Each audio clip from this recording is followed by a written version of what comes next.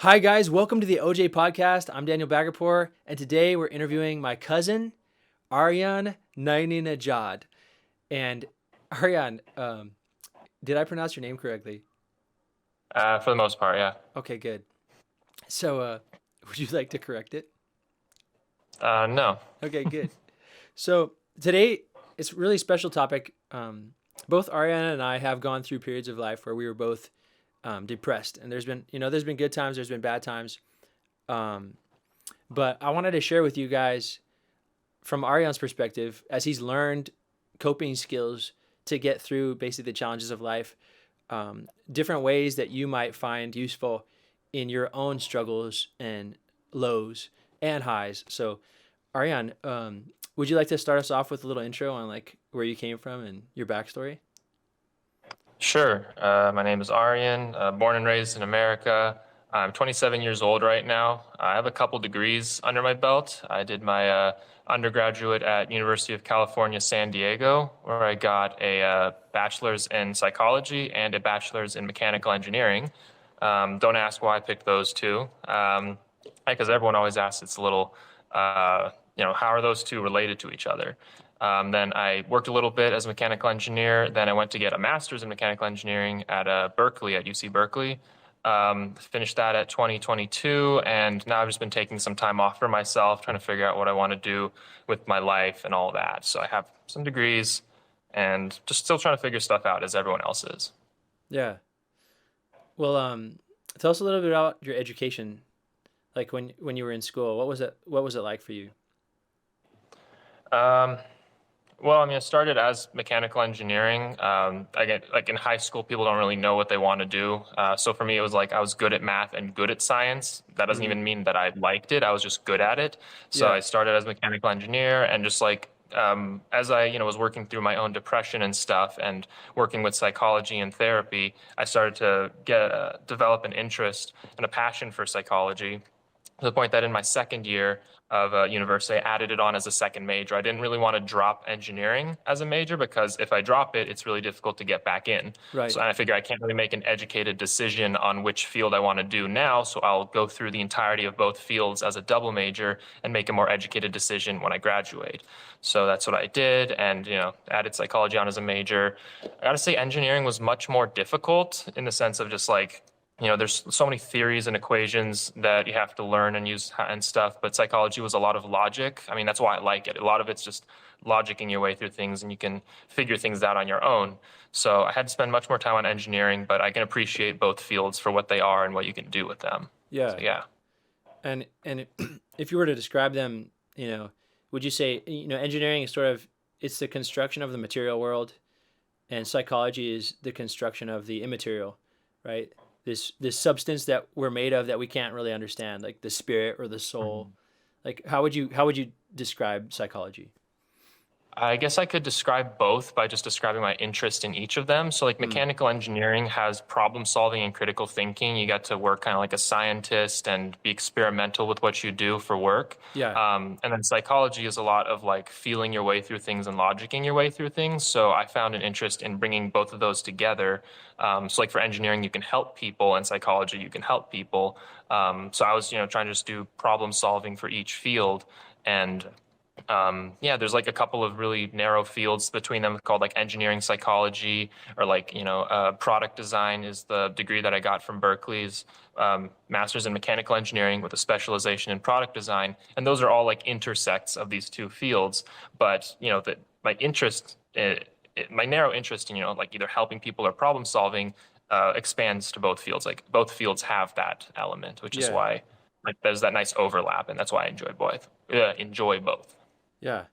That's really cool too, because like you wouldn't think like a person like me would never think, oh, engineering and psychology, it's a perfect fit, right? Yeah. But in your case, it certainly has. I think they Mhm. went well together.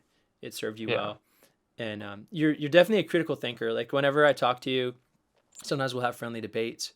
Sometimes we'll have less friendly debates, and you always have like very logical conclusions. I think that's one of your strengths, and you definitely sharpen me as a person because sometimes I'll Mhm. base my decisions a little bit more maybe emotionally or like in this, kind of the ethereal artsy world, because that's more how I am. I'm not an engineer, but Hmm. what would you say were some of the ways that you use that analytical mind of yours to cope as a young person? Hmm. Yeah, for I those guess the kids, first yeah, thing. for people out there who are like struggling, they're like, "Hey, I hate high school, man. I just wish I was like out of this world," you know? Sure. I mean, we'll get into coping mechanisms and all those details later, but Sure, like, yeah. I guess if I had to be a bit corny, if someone asked me if there's one thing, one suggestion you could give to people, what would it be? And I would say, sort of like the engineer or scientist that I am, I would just say question everything, Hmm. which can be as simple as just asking why, and then when someone gives you an answer, just ask why again. That's the Socratic method, Right. where you just keep asking questions one after the next. Um, there's like so many things you could just like learn about the world, like why something is the way it is, why or how it can be different. So I would say question a lot of the stuff you think you know. Like, for someone in high school, I guess you could just be like, there's this thing I'm afraid of. Why am I afraid of this? Do I not have to be afraid of this? Do I really like this person, or is there something else maybe that I'm after as a person? Why is this the way it is? Why are my parents treating me this way? And you can start to look for answers. Kind of like the idea of, understanding that there's a problem is the first step to solving it. So by asking and questioning these things, you start to understand the problem a little more. Yeah. So in the vague sense of the word, I would say question everything. Question everything. Right. Mm. Because a person might think that they're angry at an individual, right? For example, when they might actually be angry at a situation, right? Mhm. Or Or or themselves or something, themselves, right? And it's like we internalize that hate, right? That maybe it's Mhm. legitimate hate. Maybe we're like, I hate the way I act when I say I'm going to do one thing and I don't do that. I do something else.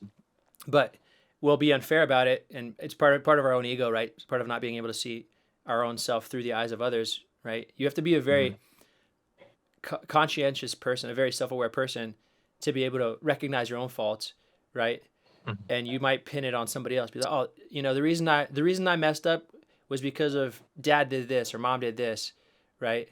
Or the reason the Mhm. reason I'm angry is because that one teacher who always gives me all that homework right on Friday as I'm getting ready to go home and have a great weekend, right? Mhm. But then when you look at it later, like you realize, oh, you know what? Part of that reason I'm angry is actually because I I always procrastinate and I push that homework to the very end, the weekend, and then I hate Sunday night, and I'm just like, God, please just take me out of this world because I don't want to have to deal with Monday morning, right? Mhm. And that kind of a lifestyle is causing this grief, causing this frustration in ways that Mhm. may not be as clear when you just look at it on the surface level, Mhm. right? Or Yeah. or as men, like today, like I cleaned my room. I hate cleaning my room. I'm a 31-year-old grown man. I don't like cleaning my room. Why? Because I have so many moving parts, so many things in my room. And my room is basically Mhm. where all my stuff is. Like every possession I have is in my room. So give me a fair shot. It's like, yeah, I had to clean up a lot of stuff today. It's still kind of cluttered a little bit, but it's a work in Mhm. progress. But I noticed immediately, like after I'd gotten things a little bit more nailed down to where I wanted them for my editing workflow for this podcast. You saw you were working with me for an hour, troubleshooting the cameras, making sure everything was working, and on your end as well. Mhm. And we're both a little bit tired from that. We're both a little bit frustrated from that. But there's also this joy that we came to through that pursuit of perfection, right? Mhm. As we try to perfect the system, we try to make it a little bit less of a chaotic world, one piece at a time, one camera at a time, one book that you propped up your camera on at a time, right? It's like Yeah. that now we're like, hey, we're kind of on cruise control now. We can just enjoy this beautiful moment together, and talk, Mhm. and we don't have to be as paranoid about like, oh, is that camera going to die on me? Mhm. Yeah. The talk and drink OJ, I was gonna say. Oh yeah, and drink orange Although, juice, of course. yeah, and I of course am deprived of orange juice right now. I just have my water. Well, it looks like nice water. Thank you. At least it's cold in Arizona. That's where you're at right now, right? Yes. Yeah. Yeah. In Arizona, tolerating the heat a little bit, although I do like the heat personally, so it's not that bad. Yeah. It's better than the cold. So continue. I don't want to cut you off. I know you did a lot of preparatory work for this. So Yeah.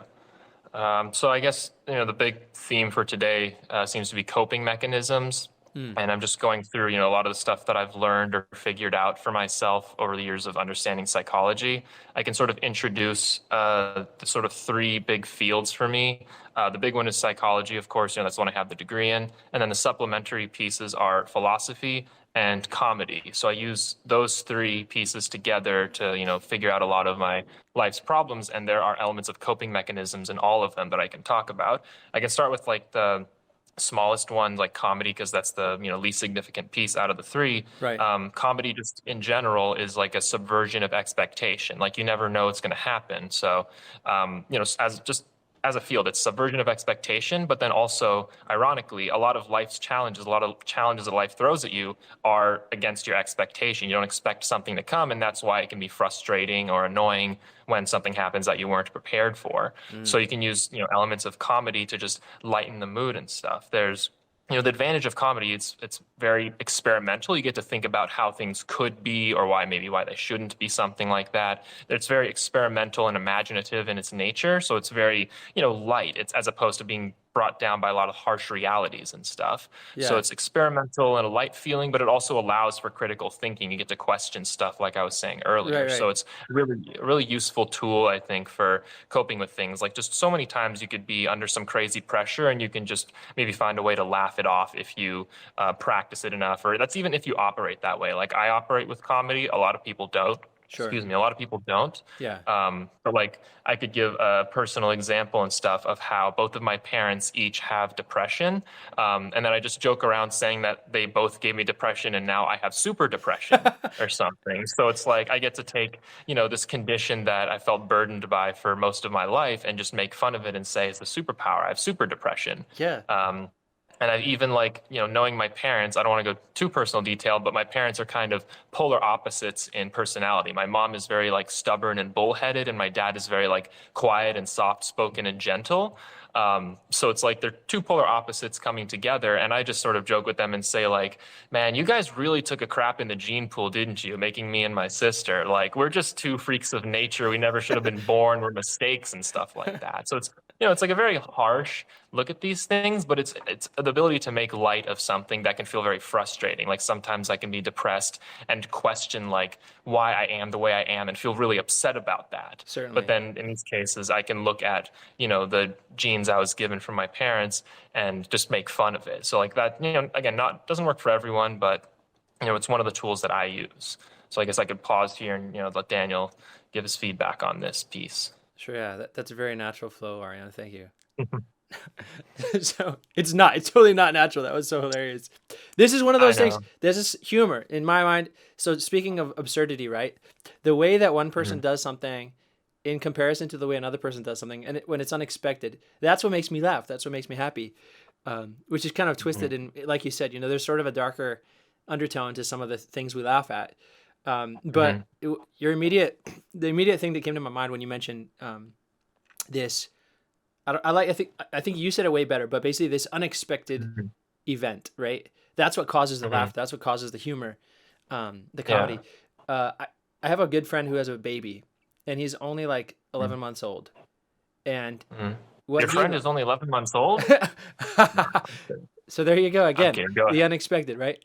A jest, a Yeah. joke. And some are better than others, of course. But the baby, he's at this level where pretty much everything is new to him. Like the first time he ever ate probably carrots, he was like, "Wow, this is so sweet. This is delicious. What is this? I want more." Right? Yeah. Vice versa, and on the other side of it, when you gave him something that he didn't like, the baby was like, "Oh, this is awful. This is the worst, most awful thing I've ever eaten." He doesn't like berries. He doesn't like raspberries because raspberries are just too much information. He's like, there's bitterness, there's undertones of almost earthiness, there's sweet, and there's sour, and he just spits it right out. But when you want him to laugh, it's so easy to make a baby laugh. You just do something stupid. You do something absurd, right? If you were to do it to a grown up, they'd be like, "Grow up." Yeah, Be mature, exactly, yeah. right? But babies don't have any of that bias, that prejudice, that bitterness, that jadedness. They're just like, you just made a fart sound. That's hilarious, right? Or Yeah. you make a weird face, and they're just like, "That's something I've never seen before. I'm gonna laugh." And I think that somewhere along the lines, certain people lose that ability to be just awestruck with this unexpected moment and that joy and that the beauty in it. It's like people they kind of get to a point where they're just like turned off. But I think one of the things you describe is basically being able to turn yourself back on, and it takes conscious effort to say, you know what, I'm going to laugh at this. I'm going to see the humor, the beauty in this absurd moment I've been given, this thing I've been dealt with, and be able to take a step back from myself and be able to think, hey, if I weren't the person suffering in the middle of this situation, if I was a person watching from the outside, I would be laughing at myself because this is an absurd situation, right? And from that Exactly. point, now you're able to laugh, right? Yeah. Yeah, and you get to reduce the seriousness of the whole thing, and like a lot of the coping mechanisms that I'm going to talk about, or at least just understanding these things, is all about reducing the pressure and stress on oneself. So the comedy is, one of those ways to get that reduction in stress. You get to take the seriousness away from something. Right. I guess I can move towards the second bit, which comes from one of Daniel's things that I wanted to talk about, which is one's purpose in life, or at least believed purpose, and kind of like philosophical belief, like what set of beliefs does one hold. Right. So as many are probably aware, for Daniel, he's Christian, he's practicing, and he follows God. And for me, it's kind of the opposite. So we have, very contrast. There's a stark contrast between us in some places, where I am atheist, and also on a finer level, I am nihilist. Like, I believe in nihilism. I guess Daniel can maybe put the word there on the screen now if people don't know how to spell it and they want to Google it or something. Sure, we can do that. But basically, yeah. But like basically nihilism tries to remove a lot of the meaning and value from things that you encounter in life, like saying that everything in life is meaningless, pointless, worthless, useless, any sort of combination. And like the sort of goal of it is this sort of defense mechanism where the person tries to, again, relieve themselves of a lot of the pressure. Like, you could be in high school, have a group project that you're under a lot of stress about and think you have to do well on this, or your parents are pressuring you.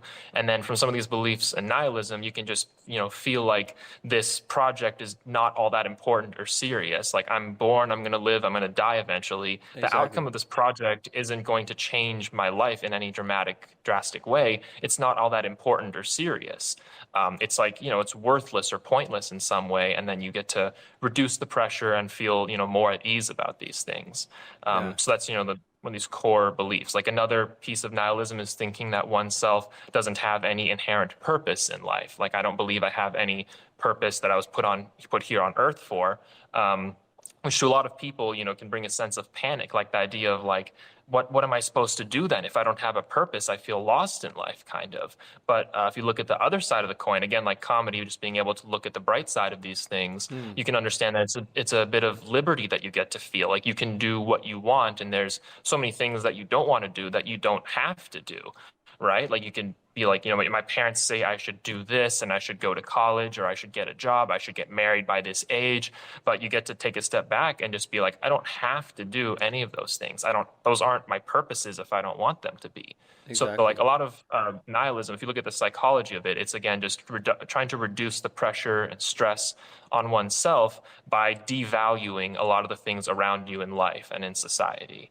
So again, for coping mechanisms, and this is the philosophy part out of my, holy trinity, I could call it, or unholy trinity, whatever.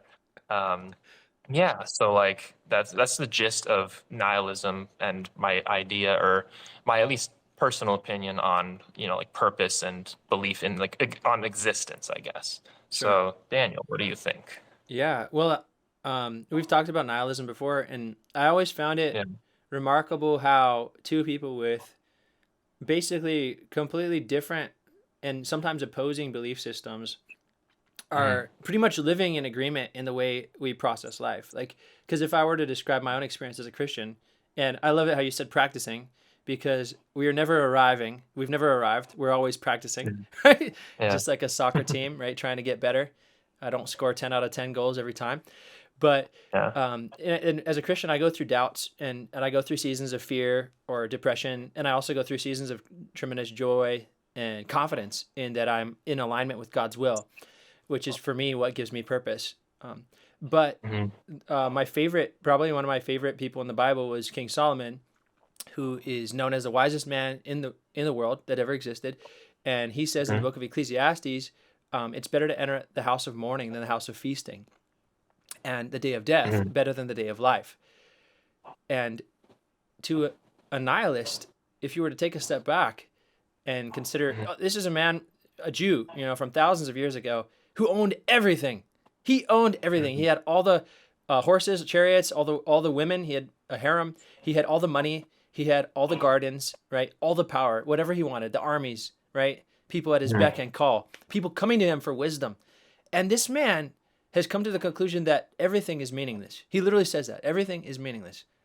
So in my opinion, he's one of the first documented nihilists in history, at least at that stage in his life, right? And I do believe in stages of life. I don't think if you're an atheist one day, I don't think you're necessarily an atheist another day.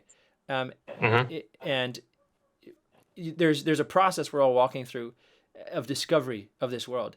And not to put myself in a pedestal and say I've arrived as I'm a Christian now. I know more than the atheists do. I'm not saying that, but I am saying that there is a deeper understanding of life that I think we can come to as we ask these difficult questions, the questions that maybe we're afraid to ask. Like you said, is there even a purpose? Is there a reason to wake up and get out of bed today? Or is everything I'm doing just completely worthless? And there's tremendous freedom and joy to be found in the realization that everything is completely worthless.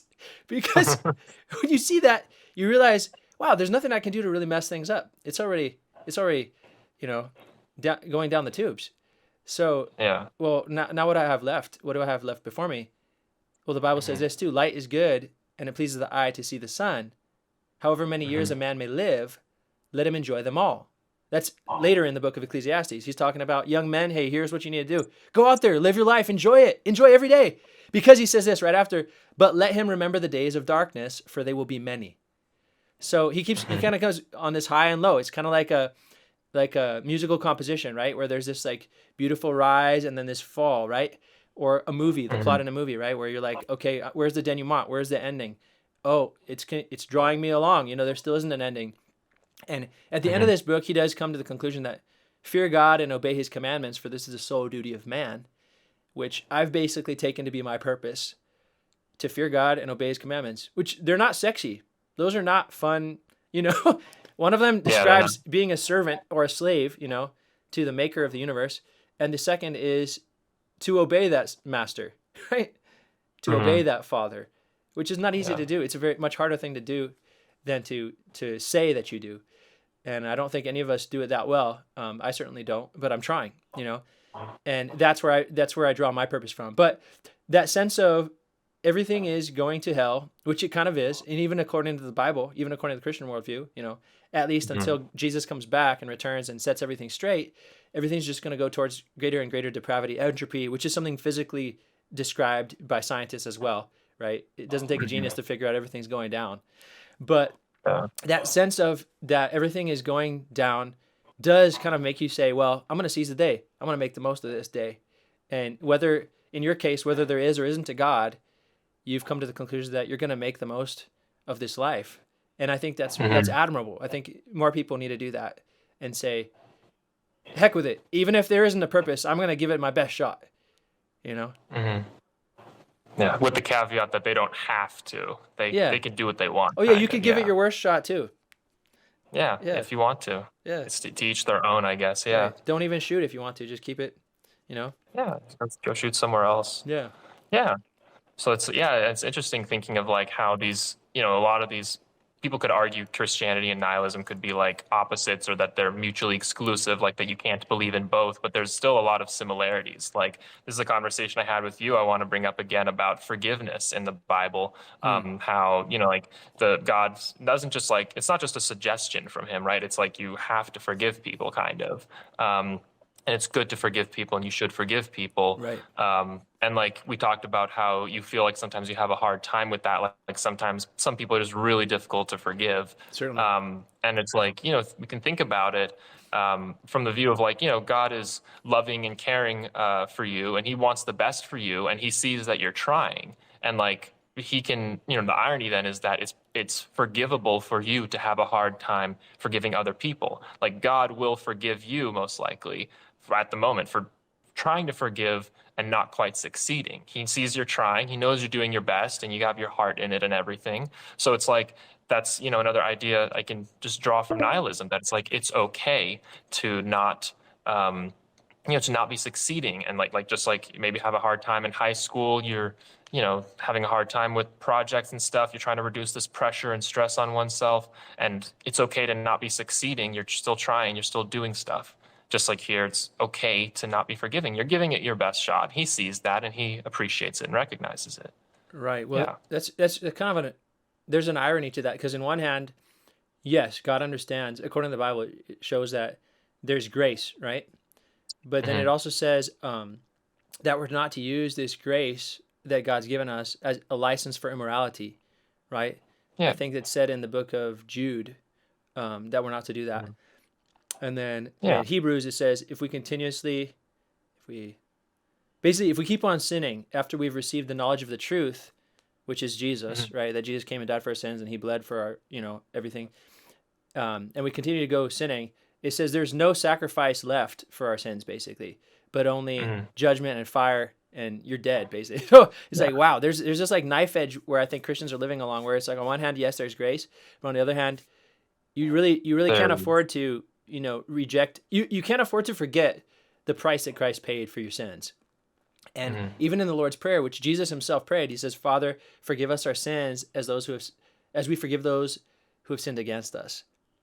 And Hmm. to me, it shows that there is an unlimited, outpouring of love from the Father, this desire to forgive us and continue to grow us and help us work through these challenges. And I think that's the concept of, a person falls down 7 times and keeps getting back up. And that's why we call Hmm. practicing. Christians are practicing because we've never arrived. Yeah, you're not perfect. Right. But Yeah. in the same token, you ought not to say, I'm done. I've given up forgiving that person. At that point, I think Yeah. that's what it's speaking of, is like, you have to No, yeah, always absolutely. will to forgive someone, even if in the moment you're not able to, but you say, maybe someday I'll be able to, and I want to be able to, you know? Yeah. Like he sees you're trying and he knows you're trying, and you yourself know, like, I should be trying to forgive this person. I'm just having a hard time right now. Again, it's not about, giving up in some way. It's just this reduction of pressure that one can put on themselves. Like people just gives themselves a hard time for a lot of these things, like in life or in practicing religion. And it's a lot of what we talk about today for coping mechanisms is trying to just reduce the pressure you put on yourself, because you can have the same outcome. You can still may have a hard time forgiving someone. You may eventually succeed, but like the big difference, the world of difference is just the reduction of stress on yourself. And that really helps Oh yeah. um, For a lot of forgiving people. someone, what do they say? There was this one proverb that said, and this isn't from the Bible, this is just a beautiful saying. Unforgiveness is like drinking poison and expecting the other Expecting the person other to person to die. die. Yeah. And it's so true. Uh, Probably one of the most liberating feelings in the world is to have forgiven somebody who did you real harm, mhm. because at that point, it's almost as if that harm has been wiped away. I'm not saying that it's completely gone, because you still have the scars, you still have the trauma if you want to revisit that moment in your past, but it no longer owns you. It's no longer your master. Mhm. Sure. Yeah. So Ariana, would you tell us a little bit about how you use psychology to overcome? Sure. Psychology is the big one out of the three. I do have a degree, as we mentioned earlier, and there's just so many pieces in it. But I guess the big idea that I could share is just a term in psychology, as cognitive dissonance. It's a very fancy word for basically just saying like anytime you have some thoughts in your head and something happens that conflicts with that thought, and you're like confused and frustrated and you want a way to sort of resolve this for yourself. This is like the general term for what you try and target when you're trying to reduce stress for yourself. Again, cognitive dissonance is the word. And I guess my not technical term, but I just say like peace of mind, kind of. You're trying to achieve peace of mind by reducing this pressure and this stress and stuff. And there's a lot of different ways we could think about coping mechanisms in psychology. There's, one way I could even start is just thinking about the 5 stages of grief, just, like the standard process that people talk about. I'm not even sure how official it is, but each of those steps can be seen as a way to resolve stress in oneself and are innately coping mechanisms. Like the 5 steps in order are denial, anger, bargaining, depression, and acceptance. So it's like, someone could be in denial about something happening. And that could be a way that someone reduces the stress that they take. They're just like, this didn't happen. This isn't real. This can't be real and stuff. And you could just, go through the rest of them, like being angry about it or being depressed about it, can all be seen as coping mechanisms. But I add a few of my own, a few elements, not necessarily for not necessarily for the stages of grief, but just ways that I can think about myself and other people processing information and how they resolve it internally. And like how they reduce stress. So like we talked about forgiveness, that's probably the one I'll start with, just because it's one we talked about already. And for, like in the Bible, it says for forgiveness, like you have to do it and it's a good thing to do. And it's like they leave it at that. It's like you do forgiveness for forgiveness' sake, kind of, and it's like the end all be all. But for me, when I think about forgiveness in the frame of psychology, it looks to me like something that someone does to feel better about themselves that something happened. Like there's some kind of an attack that happened on you or something that you're the victim of, and for you to forgive the other person, you kind of have to be the bigger man here. You have to be, stronger or something for you to forgive them. So it has some of these psychological elements of just making yourself or allowing yourself to feel better about this. You are the victim of something horrible, but you're going to be able to forgive them because you're that good of a person. And, that's why it feels good when you feel like you're able to forgive someone. It feels good. And it feels like you resolved something. At least that's the way I look at it through psychology, open for debate. Sure. But there's there's other pieces or other, alternate ways of getting this. One of the simplest ones I could talk about is stubbornness. Anyone has probably met someone in their life who's just like, I'm right, you're wrong, end of story, kind of. That's the way that they just seem to handle these things and stress and process information. It's like maybe another way of looking at denial even is they're just like, I don't want to hear it, I'm right and you're wrong. So like instead of considering the things maybe that they could be wrong, they're just straight out like, I'm not going to be a part of this. So like that's one way that people can they can, I wouldn't exactly call it a coping mechanism, but that's just how their brain operates. That's how they respond to some stress or some new information. They just avoid it. They just say, I'm not going to deal with this. Yeah. There's just some stubbornness. Yeah. Some bullheadedness.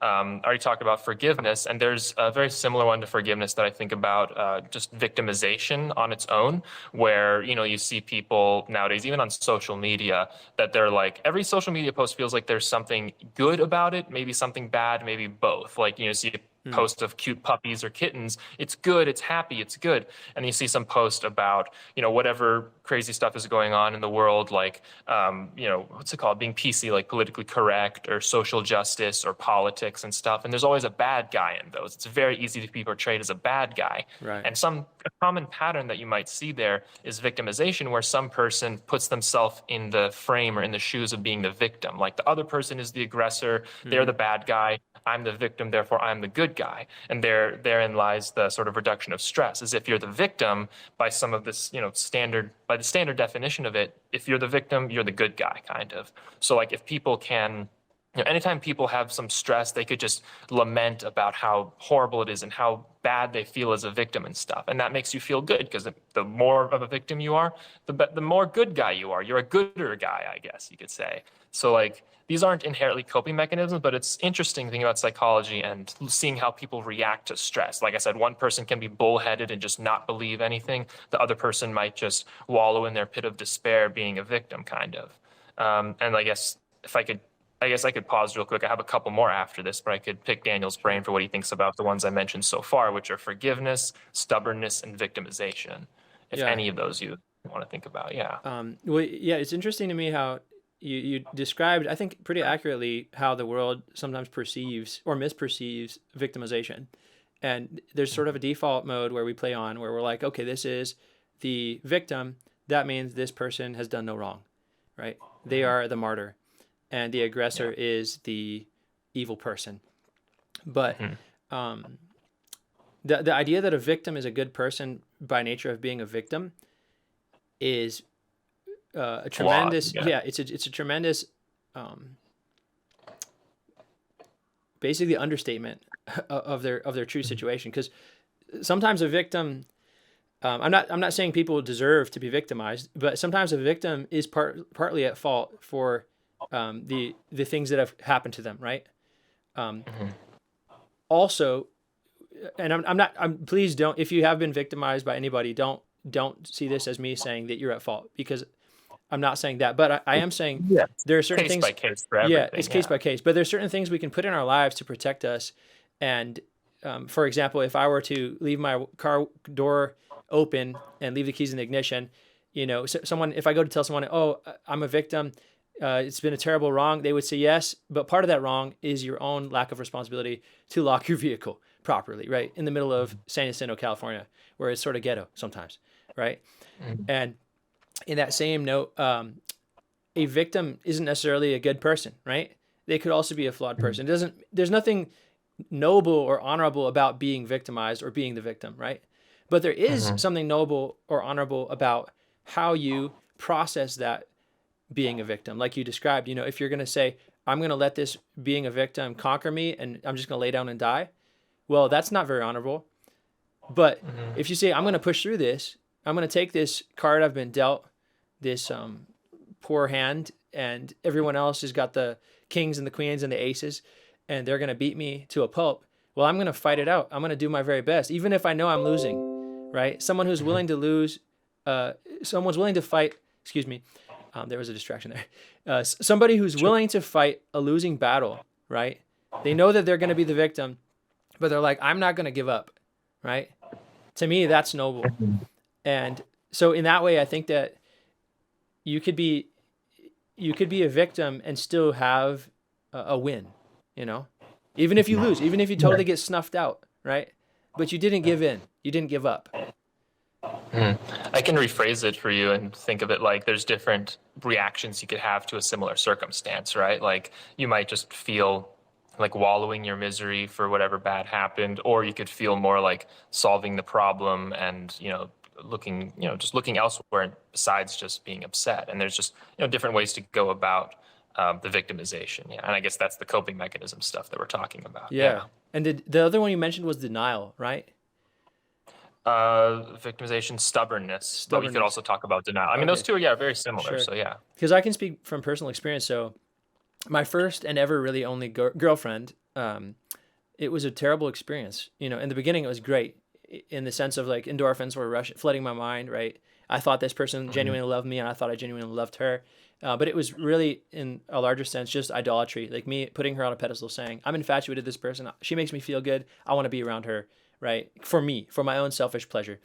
And when she broke up with me, right, it was a really bad breakup. There wasn't a lot of closure. There wasn't a lot of clarity. And at that point, I became a person in denial, right?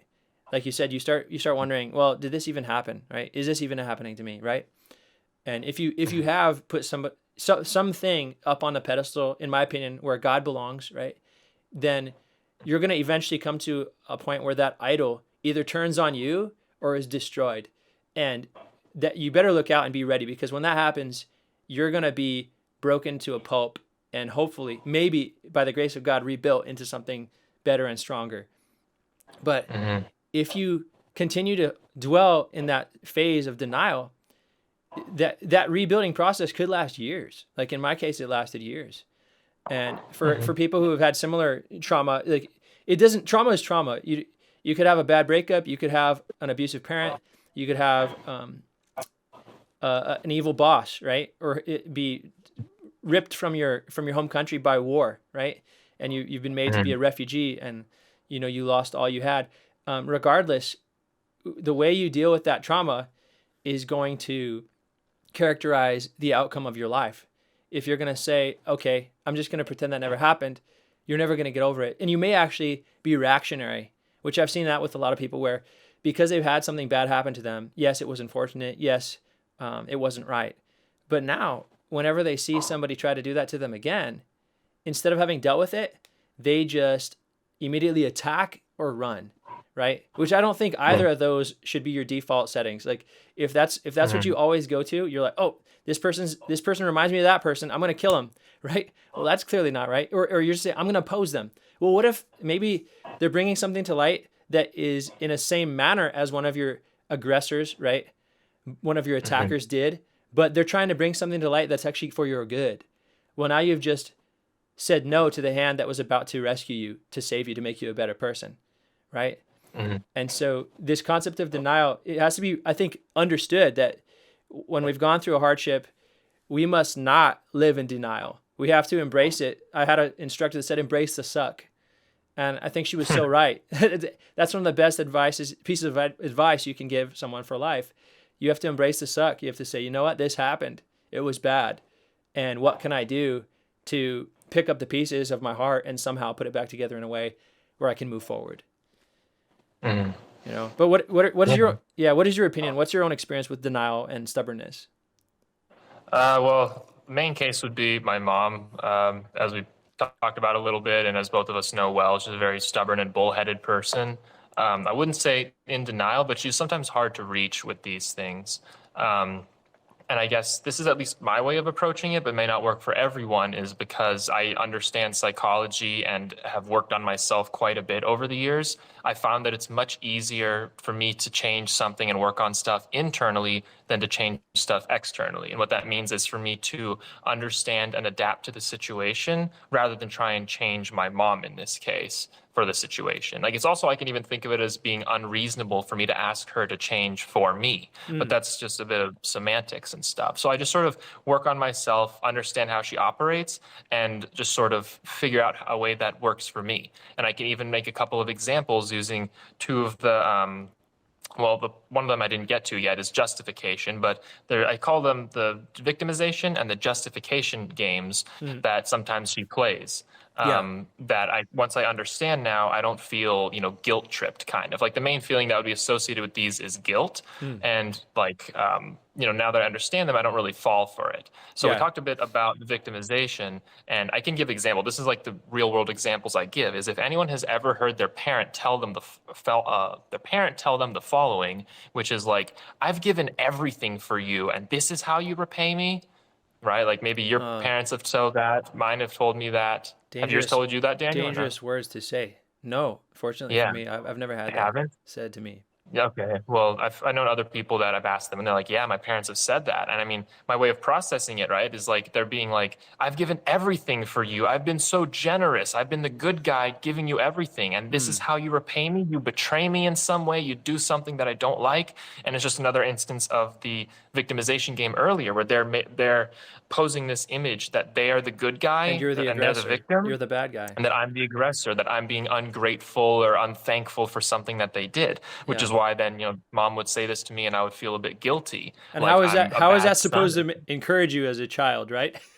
Exactly. Yeah. So now that I understand it, like, I don't feel guilty about it anymore. I just understand that that is what mom is playing at. She is trying to feel better about herself. Sure. She feels like she is, the victim of something. And she just says that as a way to make herself feel better. Again, because it feels like you're the good guy if you're the victim. And mom wants to be the good guy, kind of. Yeah. So it's a game that she plays to make herself feel better. And I don't have to take it personally. I don't have to feel guilted by it because I can understand that that's just, words. And that's just how mom is perceiving things. So that's on my end, resolving things internally. Yes. The other example, let me think, is it's hard to give specific examples, but the other game I call is a justification game, where it's like when you deal with people, sometimes they feel like the person who is more justified is right. I'm trying to think of specific examples, but like, they think of, it's hard to give examples for this. I haven't encountered this in a while, but like anytime you talk with people and they're like trying to go things by very moralistic and very right and wrong point of view, then it's like, it doesn't matter. It's just like whoever's more right. And it overlaps with victimization as well. If I think of an example, I'll bring one up later in the call. But it's just another one of these games that some people play to make them feel better. Like if they feel like they're more justified and honorable or something in this case, then they are again the good guy, and that's just them feeling better about themselves. Right. So again, I'll think of an example by the time this call ends, but that's the fourth one out of the 5 that I wanted to mention, the justification game. So I guess I could pick your brain real quick before I go to my 5th and favorite one. Sure, yeah. Well, I really like what you described there because they're both manipulation techniques, right? That a person uses to make themselves feel less bad about themselves, and it's by doing something that's really deplorable, right? Where they make someone else feel worse in order to make themselves feel better. And you described that in the case of your mother, who we both love and know, but we also know her to have that, struggle in her, just like we all have in ourselves, to be able to look at things objectively and not to play the blame game and pin it on the other person, but to accept responsibility for our own actions. So that manipulation and then the justification, I think it's critical that when you're in the midst of that, being accused or attacked by someone who's trying to manipulate you or justify themselves against you, or in light of you, you have to have a stable framework from which to operate. You have to have a clear understanding of reality. And one of the greatest challenges I've had, and I want to ask you about this, is being able to look at things objectively, being able to take a step back and say, wait, hang on. Because at first it's like a slap in the face. It's like you just got punched. You're like, whoa, where is this coming from? Is this truly who I am? Am I an aggressor? Because if I am, something needs to be done about it, right? This isn't, what do they say? Them's fighting words, right? In Western movies. This is not. I've never heard that, but okay. Yeah, this is not some small thing. Like this is literally threatening to destroy my life and those lives who are close to me, right? If I have become the aggressor. And so I think a humble person will take that step back and reevaluate. And then hopefully, if they were the aggressor, they apologize. If they weren't the aggressor, they come to a realization that, nope, this other person is in fact, having a skewed perception of reality, a distorted perception of reality. And from that point on, you can either say, like you did in your case of your mom, it's like, well, I'm going to do what, in as much as depends on me, to live at peace with all men. That's something the Apostle Paul says in the Bible. I'm going to do what I know to be right and true, and I'm going to let them do their own thing, right? You do you, right? But I'm going to do everything I can to love you, to show you I care about you. But if you're still going to hate me, I heard a man, he was a representative of the nation of Israel, and he said, Israel has extended its hand to the other nations. He was an ambassador. He said, and we're just hoping that another nation will come back and say, yes, let's be friends. And I thought that was beautiful. No matter where you stand, if you believe that that's genuine or that's not, the example is what I'm trying to hit at, is that we ought to do whatever we can to make peace. And at that point, if another person says, I'm your enemy, I'm going to destroy you, well, you did all that you could, right? But in order to do that, you needed to have an accurate representation of reality. Because if you don't, you might be beaten down. You might be made to loathe yourself, right? Instead of correct the issues that you do have, or to acknowledge the issues the other person has, right? And then move on with your life. And it can be devastating to your progress, right? As a person, it's tremendously harmful and hurtful, right? And I've had weeks where I was basically incapacitated by fear, by grief, by anxiety due to such moments. So my question to you is, how do you construct an accurate representation of reality? Yeah, it's a good question. And, we've had a bit of time to think about it because I was having a bit of mind fog. We had to take don't a reference break the from mind fog. Don't get an reference the mind answer. fog. Don't reference the No, mind it's okay. Because, it gets to my point. I'll get to my point in a bit. Okay. This is part of it, is that Sure. it's not a big deal. But I'll get there. So, Okay, how go do ahead. how do I construct a accurate accurate worldview or accurate view of reality? It's difficult. It's impossible kind of to be objective about everything. For me personally, this is just because I spend a lot of time analyzing things. It's kind of like I have a record of these things. Like I'm always looking for myself to be wrong somewhere. I'm always looking for mistakes kind of, so then I find them and correct them. So it's very difficult for something to sneak up on me. It's not like my worldview is going to come crashing down. But that's just for me because this is what I do. I spend a lot of time thinking about these things. But for other people, there's some generic, vague answers I could give.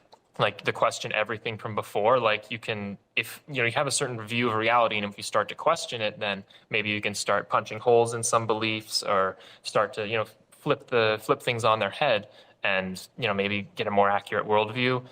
Similar to that would just be open-minded, like be open to the possibility of you being wrong or of things being contrary to how you believe. Mm. And I guess you can take that a step further and, give things the phrases are give things the benefit of the doubt and or play devil's advocate. So it's like you could just hypothetically, again, it's very experimental. You could just be like, what if I'm wrong in this case? What if we're having this argument with someone? What if I am the one that's wrong here? What Yeah. would this mean? What does this entail? Right. And think about it. And that even leads me to my final point, which is ironically the biggest one, is the idea that it's not that big of a deal if you don't have such an accurate worldview. We're just humans. We're doing our best and Mm. misunderstand things, make mistakes all the time. Mm. Just like how Daniel asked me this question, and I had a hard time coming up with an answer because So we my actually, mind went yeah, for blank. the viewers, this was actually we tried to sneak it in and pretend we didn't mess up, but we actually had to take a pause and recollect I mean, those they'll see the thoughts. cuts. So yeah, I Yeah. mean, I tried to sneak it in and pretend there was nothing happened. But yeah, so the point is actually useful in describing the Yeah. situation is sometimes you're not going to have an accurate representation of reality, right? Yeah, sometimes we make mistakes. Like it's okay even if you're the aggressor and stuff. We talked earlier about how the first step to solving a problem is understanding that there is a problem and just kind of accepting that piece. So then as long as you're looking out and are aware for a lot of these things, that makes things a lot easier. You can be the aggressor in some situation and not be aware of it. And then, eventually later after you just experience this thing a few times, you can be like, oh, wow, I am the aggressor here. This is what I can maybe do to correct it. I can apologize to them. I can explain how I saw things before and how I see things now. Like it's another piece I could just add is how it's like opinions can be very fluid for people. And I think it's okay. And it's natural even for opinions to be fluid. It's not wrong of someone to be wrong and change their opinion. That's just part of being human. That's just like Exactly. how we operate. Yeah. Yeah. And then this ironically even goes into my fifth thing about peace of mind and cognitive dissonance. We talked about forgiveness, stubbornness, the two games, victimization game and justification game. And I can take this to my fifth one, Before my we go favorite there, can one, I which cut is you off for a second? yes. Thank you. There was one other point I wanted to make. So I asked Go you, for it. how do you construct an accurate representation of reality? And I wanted to get your input, but I also wanted to share my opinion.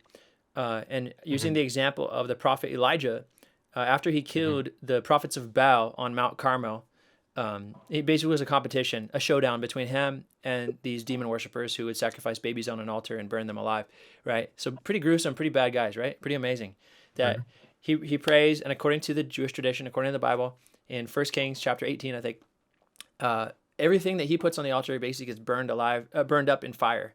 And it's not human sacrifice. It's like an animal carcass and, water. They douse it with water and they like pour troughs around it to see, okay, is this God real? And according to the account, God eats all of his sacrifice and burns it up.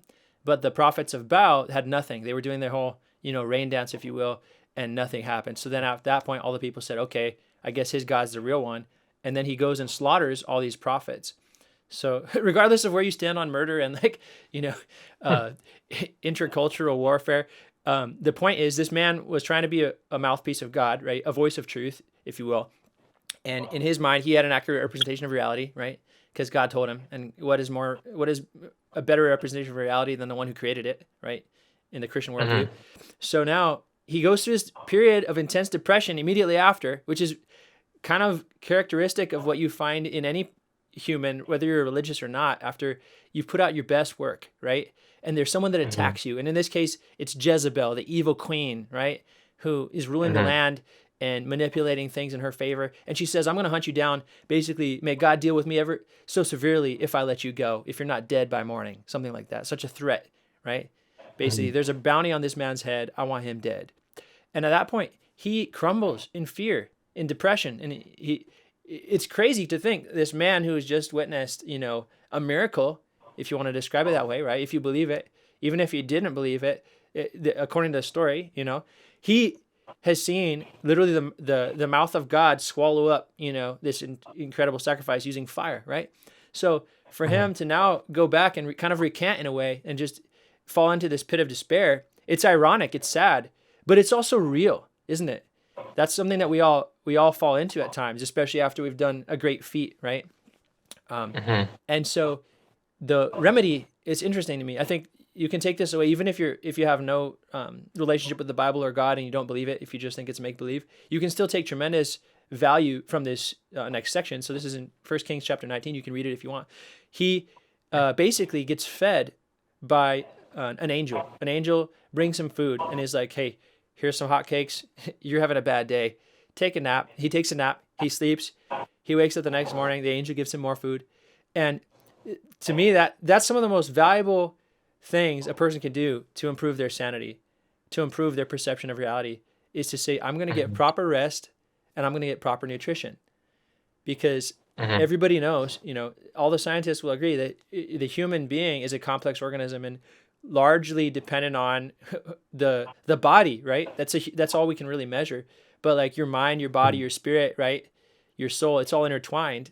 And that's, I think, where modern science, as we commonly understand it, kind of hits a dead end, and then religion or whatever worldview you have that's engaged in the spiritual realm kind of picks up that road where it's left off. It describes there's a need, right, in your mind for healing, for regeneration, and spiritually as well. And when you have that rest, when you have that proper food, I think that's, for me, that was always one of my first things to do. It's simple advice. It's just say, hey, sleep on it before you act upon these circumstances, right?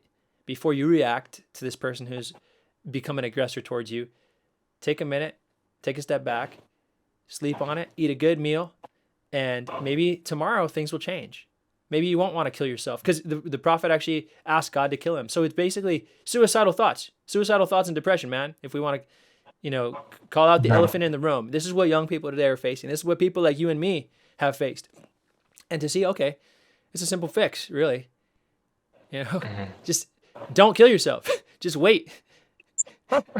Maybe it gets better. Yeah. It's probably going to get better tomorrow after you had a nice meal and a nice sleep, Hopefully, yeah. Yeah. Yeah. So now I want to hear your fifth point, though, because this is really good. And sorry to take so long. Yeah. Yeah. No problem. That's okay. My fifth one, my favorite one, because of how versatile and intricate it can be, is empathy, which, people, if you don't know what it means, you can look up the definition. It's basically just being able to understand someone else's point of view, how they think and feel about something, without actually having experienced it yourself. So the difference between empathy and sympathy is, for sympathy is you've experienced it yourself and you know what it feels like. So you can, if you like shopping and you like getting a good deal and your friend says they got a good deal, that's sympathy. You've experienced it, you know how good it feels. But like for me, I don't care about shopping or getting a good deal or something. So it's like the other person says that, I can just think, oh yeah, this person would probably like that. People usually like getting the deal, and I can understand that, why they'd be happy, and I can be happy for them, kind of. But in the realm of psychology and in the realm of coping mechanisms and cognitive dissonance, empathy is pretty powerful, just being able to understand how people think and feel, because that even serves you as a person.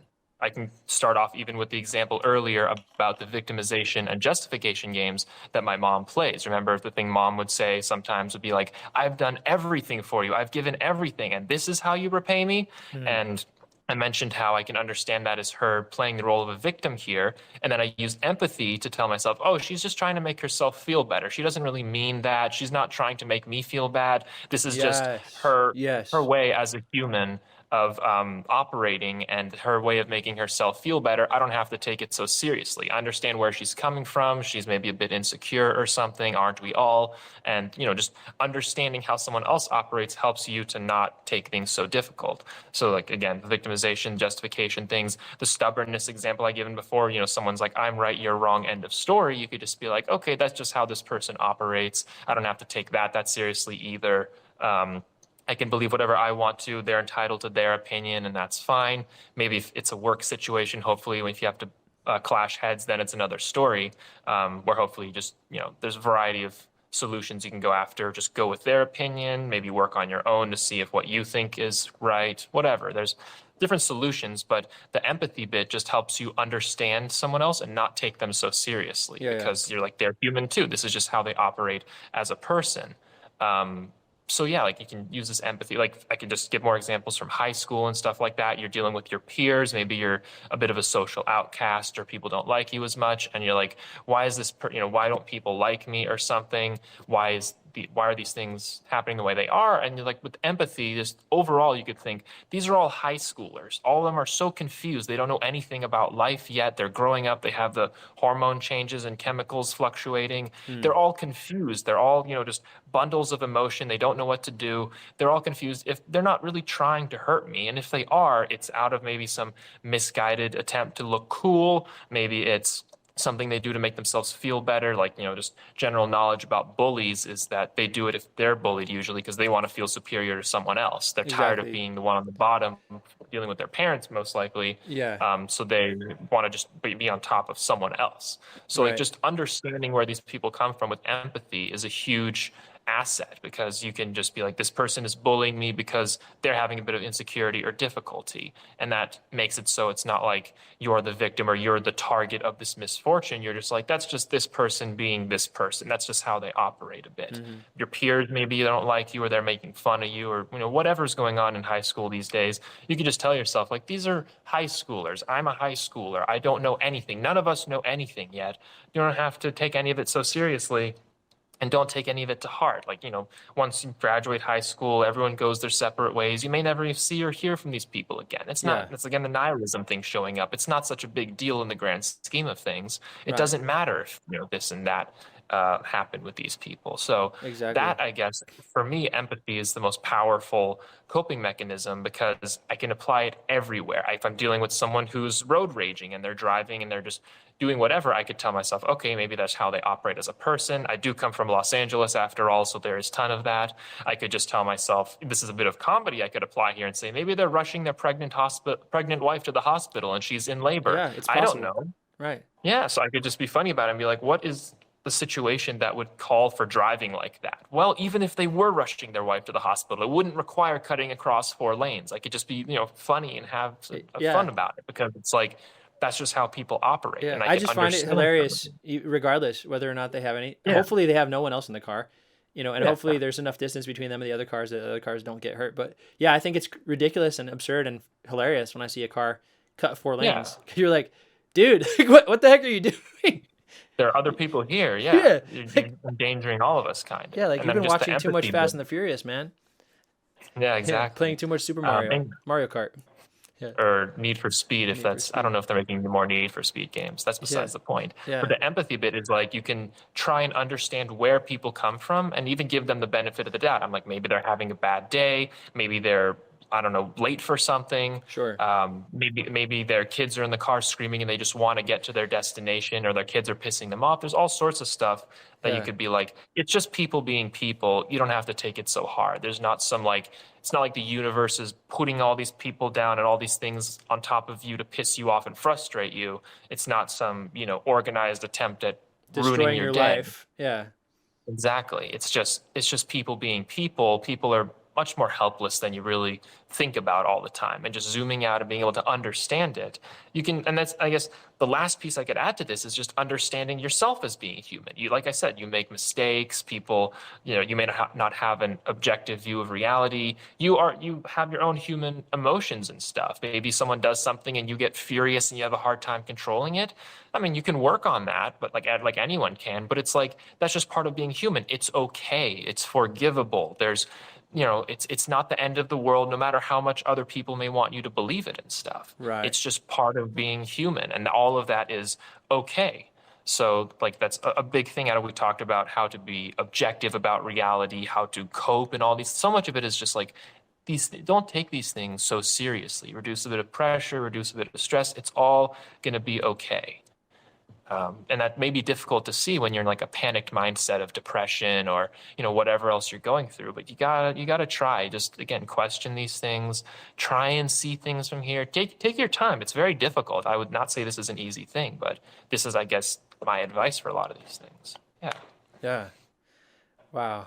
Well, thank you so much, Aryan. This has been amazing. I certainly look forward to doing more of these, and maybe going beyond coping mechanisms, going into how do you handle, disputes? How do you patch things up? How do you transcend that barrier that's been made, right? And restore relationships. Yeah, that's about all the time we have for today. And guys, we're just so glad that you could join us. Thanks for watching You don't the want to OJ get your podcast. thoughts. You don't want to give your thoughts on empathy? Um, Come on, give some thoughts on empathy. some thoughts on empathy. It's a good Why thing. not? Do it. It's okay if we hold on. It's okay if we ruined your exit because it's all okay. Remember, Okay, it's all okay. okay. Take your time. What Sure, do you sure. think? Well, yeah, let's see. I'm just going to embrace the cavalier, Oh, dear. free-loving spirit that you've taught me to hold on to today, Sure, and maybe a little sure. bit of nihilism. So yeah, who cares? What the heck? If this is a 1 hour and a half an hour episode, we'll do it. Yeah, it's okay. So my thoughts on empathy. Mm, Anything really. Any of the examples I've given, how maybe you can see it apply in one of your life examples, whatever. sure. I liked it how you described humans are much less. What did you say? Much less. I said they're more helpless than people really realize. That might not, Right. that's kind of a harsh word, but it's Yeah. like, I was thinking like people will only be people. People aren't like, when you're a kid, you think your parents are geniuses and they know everything. That's absolutely not the case. You know, you could be in school, your teachers don't know everything. Your boss doesn't know everything. We're all just limited people and don't Yeah. really treat them as being so absolute. Yeah, But I think anyways, go that ahead. to me that was like if there was maybe 6 nuggets of wisdom in this episode that you shared, that was one of them. People are much more helpless than we sometimes think they are. I was going to say 6-piece nuggets Yeah, from there you go. McDonald's. Yeah, chicken nuggets. There you go. Yeah, it's Aryan 6-piece nuggets. Go ahead. Put a smile on. Nihilism. Smileism. Smileism. But basically, in regards to empathy, I think that it's something we need to practice. Right? We're not born with it. We're not naturally good at setting aside our own prejudices for the sake of understanding our enemy, right? Mhm. In a way, there's a beautiful quote. They said, "Hell is other people," and I thought that was profound. You know, in a way, they say if you look at the 10 Commandments, the sins that God commanded the people Moses was serving not to do, and to do, all of them have to do with interaction, right? Interaction, relationship with God and with others. And if you take away the interaction, theoretically, you have no sin. So if you have a man on an island, right, or a woman on an island, and they're on separate islands, they're not together. Now you have people who are incapable of harming another person, right? How can you murder if there's no one to kill? How can you lust if there's no one to want to have sex with, right? How can you lie if there's no one to lie to, right? I guess you could lie to yourself, but how can you covet goods when there's no goods on the island? there's no with goods. you? Yeah, you're just stranded. So at that point, it kind of brings to light this idea that I think this whole pursuit of